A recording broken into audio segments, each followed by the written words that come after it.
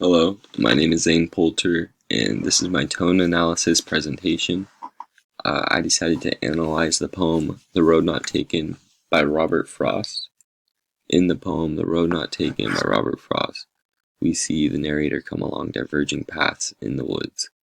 He would like to be able to travel both, but knows that in choosing one, he will cut off the other, and he will not be able to come back to it. In the end, he decides to take the path that appeared to be less traveled by, and says that this has made all the difference. In this piece of the text, we see the use of imagery in the words, "In a yellow wood, it bent in the undergrowth, was grassy and wanted wear, and in leaves no step had trodden black." The use of imagery in this scene puts an emphasis on the narrator coming back and reflecting on this decision that he had made. Looking back on this event, we see specific details of the past as the narrator reminisces on the event. Here, the author uses an interruption where it says, "And both that morning equally lay, and leaves no step had trodden black. Oh, I kept the first for another day, yet knowing how way leads on to way, I doubted if I should ever come back." We see that the author contradicts himself here with his interruption. He knows that he won't come back because in choosing one path, he has to cut off another. Because as life goes on, he will come upon more and more crossroads just like this and will have to make a number of more decisions. This emphasizes the reflective tone as it shows him looking back on the past to see what would have happened if he had chosen to go the other way.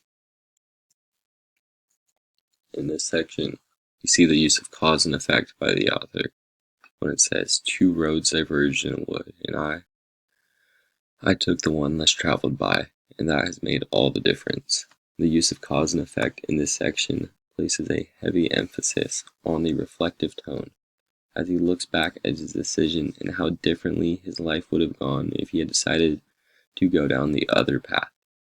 He knows that if he had made a different choice than the one that he had made, he would not be the same man that he is today. This shows us that all of your actions have consequences that can be both good and bad, and that with these actions we're going to have to learn to live with these consequences for the rest of our lives.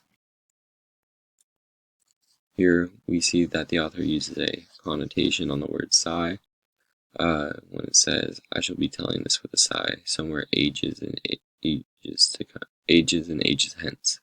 When he says that he'll be telling the story of the path in the woods with a sigh for ages to come, we see that he uses the positive connotation of the word sigh. This shows that he does not only regret his mistakes, but is curious as to what the other path would have led to.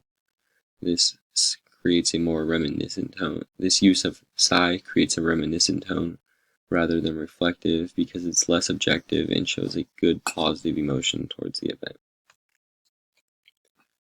So throughout the text, we see that the narrator used rhetorical strategies to develop a reflective tone. This helps to tie into the theme that choices we make now have a big impact on who we become, and there may not always be a straight path to follow. So we have to make a decision not knowing where it will take us in life, and allow for our lives to continue on.